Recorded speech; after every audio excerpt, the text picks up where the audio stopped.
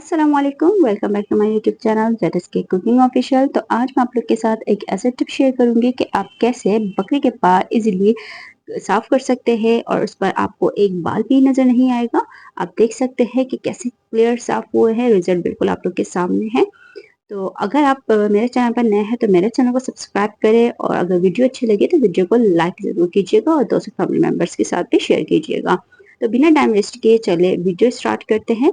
सबसे पहले आपने पाए लेने हैं, लाजमी सी बात है, पाए की सफाई करनी है तो पाए तो लाजमी लेने हैं। तो पाए हमने लिए हैं और आप देख सकते हैं बालों से बिल्कुल भरे हुए पाए हैं और ये इतने बारीक बाल होते हैं जो कि सिंपल आप पानी से वॉश करेंगे तो ये बाल आसानी से नहीं हटते। तो आपने सिंपल आटा लेना है और हमने पायों के हिसाब से आटा इस पर डाल देना है। 3 खाने के चम्मच मैं इस पे आटा डालूंगी क्योंकि मैंने जो है 4 तक पाए लिए हैं। अगर पायों की मिकदार ज़्यादा होगी या फिर हमारे पास इसमें मज़ीद आटे की ज़रूरत पड़ेगी तो मैं इसमें मज़ीद आटा इसमें ऐड करूँगी। अब आटा डालने के बाद अच्छे तरीके से इसको मसलना है।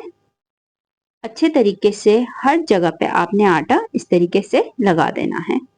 लगाने के बाद अगर आपके ये पाए बहुत ज़्यादा ड्राई है और ये आटे इस पे चिपक नहीं रहा तो आपने सिंपल करना ये है, पानी लेना है और पानी थोड़ा थोड़ा करके इस पे ऐड करना है ताकि ये आटा अच्छे तरीके से इन पायों पे चिपक सके। और तकरीबन 5 से 10 मिनट के लिए इसको हम साइड पर रख देंगे। 10 मिनट के बाद अब आपने इस आटे को अच्छे तरीके से इन पायों से क्लियर कर देना है। और जब आप इस तरीके से हटाएंगे जिस तरीके से मैं हटा रही हूँ तो एक भी बाल भी इस पाए पे नहीं रहेगा।